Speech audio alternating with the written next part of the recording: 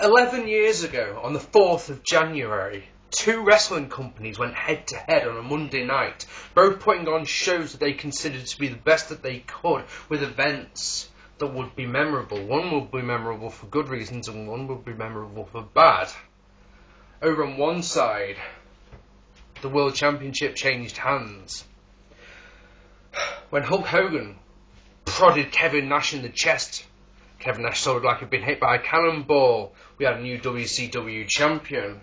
Whereas over on the other side, Mick Foley realised his dream by pinning The Rock to become to take his first WWF World Championship. Good evening, ladies and gentlemen. I'm Marc P. Welcome to another episode of Shooting from the Horse's Mouth. Probably going to be a long one, because tonight is a historic night, was it not? As TNA Impact went head to head with WWE Raw.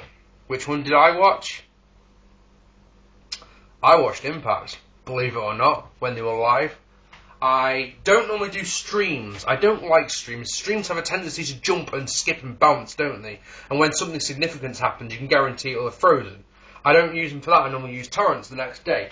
Tonight, I asked for and received a stream, so I was quite prepared to watch Impact. Let's run down this show, shall we? And then we'll do Raw. Like I say, expecting this one to be maybe 2, even 3 parts. So stick with me, please. So we run down the card, and then we see Bubba, the Love Sponge, outside talking to the fans. One of the things that about when they run down the cards, there's a lot of gimmick matches. Not only is the opening Steel Asylum match, we're meant to be having a barbed wire massacre match and a full metal mayhem match. Keep those two in mind, because I probably won't mention them again for the rest of the vid. So, we got the opening one was a Steel Asylum match. Gotta say, the crowd were hot. Nice Tilt-A-Whirl by Lethal. I've gotta say that if all the gimmick matches that TNA put on, this is the one that I can't stand, right? The Steel Asylum match. One, you can't see through the cage, right? So it looks daft. And two, I think the stipulations are stupid. I think it's a real stupid. Get out of the hole at the top, daft, in my opinion. Match only goes a couple of minutes because Homicide uses a weapon on everyone.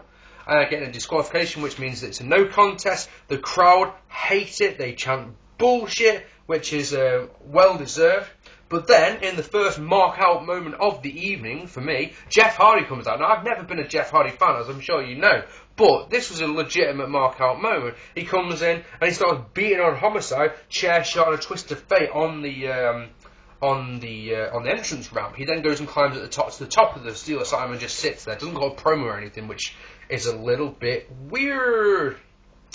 But then, just one thing, is this a wise move? Because I've now heard that he's signed a contract with TNA. Is this a wise move with his court case coming up? Yeah, he could go to prison for a long time for the things he's being charged with, you know? Anyway, we then see we see Hogan in a limo, yeah? This limo is making its way to the Impact Zone, yeah? And it's got a full police escort. Anyway, so yeah, that's just ridiculous. I give the match 1 star. Half a star for the match, half a star from Hardy. Then we have the KO title match. The sound from the crowd, right? It sounds like all the guys are being drowned out by a load of girls having a screaming contest. That's my overriding memory of the match. A roll-up with the tights gets the win for ODB. Weak. Then another limo pulls up, and you're like, I wonder who this is. You know, I'm thinking, it's going to be Shane McMahon. No, it's Ric Flair. The crowd goes ballistic. All good. Foley is shown backstage. He can't get into the place because he's been banned. Then we see Bobby Lashley and Crystal Lashley. He come out, and she cuts a heat. This is ridiculous, right? Do you remember the reason that most people don't like Bobby Lashley? Yeah, is because he hasn't got an aura about him. He hits you with a slam. The look on his face is like, I'm sorry, man, I don't want to be doing this, instead of, get the fuck down! You know, Bobby Lashley seems so timid. And then, right, Crystal gets on the mic and cuts a heel promo while he just stands there. He doesn't look pissed, you know, he's doing this, yeah, but he doesn't look pissed off. He's just got this on his face. There's a completely blank look on his face, and you're just like, dear God. Anyway, she says that she basically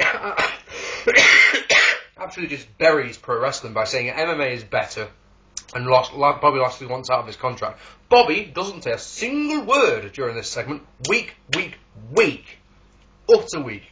The beautiful people are playing poker, right? Alright, they're acting dumb, so they've deliberately got to lose because they haven't got any chips to bet with, so they're obviously going to take their tops off. But this segment is so bad. And then we get into a point of the show that I literally am pulling my fucking hair out. I am so vexed at it, right? Listen to this, right? We go to an advert break, yeah? We see Hull on X-Pac, Six-Pack, Sean Waltman, whatever you want to call him, backstage, yeah? They're not allowed in. We see Hulk Hogan in his limo, a bit closer, and then another limo pulls up, someone gets out of one limo and into the other, and then we go to an advert break, yeah? And then, we see Sean Waltman and Scott Hall get into the show, into the crowd. Then we get some more adverts. Then we see Sean Waltman and Scott Hall in the front row of the crowd, and then we get more adverts. Literally, that bit, Hall and Waltman in the front row, lasted for 10 seconds. Then went to another advert break. And it's like, and I wonder why I watch fucking wrestling on torrents so it hasn't got any adverts in it at all.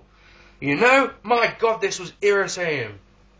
But then the NWO theme music hits, and you're like, here we go. Here comes Hulk Hogan. Now, I have to say, I couldn't stand this segment. To the point where I'm talking to Danny Ace on MSN while watching this, going, just dude, what the fuck was all that about? And basically, as far as I can tell, this is the gist, right? Hogan came out. Hall and Waltman jumped over the barricade. Hogan said, if you've got something to say, get in the ring. So they get in the ring. Nash comes out and Bischoff comes out. So you're sat there going, oh, for fuck's sake, it's the NWO again. Now, this would be all good if the NWO hadn't been revived in WWE in 2002. Yeah, the nostalgia tour was done then. We don't want to see it now, 7 years later, 8 years later as it actually is. No. But basically, as far as I can tell, the gist was that Hogan and Bischoff say they're going to change stuff, and basically they get the script for the show, rip it up, and what they say goes for the rest of the night. Also of note, during this segment was a good old boy Sting was up in the rafters. So by God, if you flipped over between this and Raw and Bret Hart's in the ring, you're like, my goodness me. It's 1997 all over again, isn't it? Yeah, didn't like this at all. I don't want to see the NWO. I don't want to see any of those men in the ring. I could get away with watching Sean Waltman in the ring, but I don't like seeing Nash in the ring as it is. Don't want to see Hull, who looked pissed instantly and looked fat. Hogan, you noticed they were all wearing black clothes, so you knew something was going down, Anyway.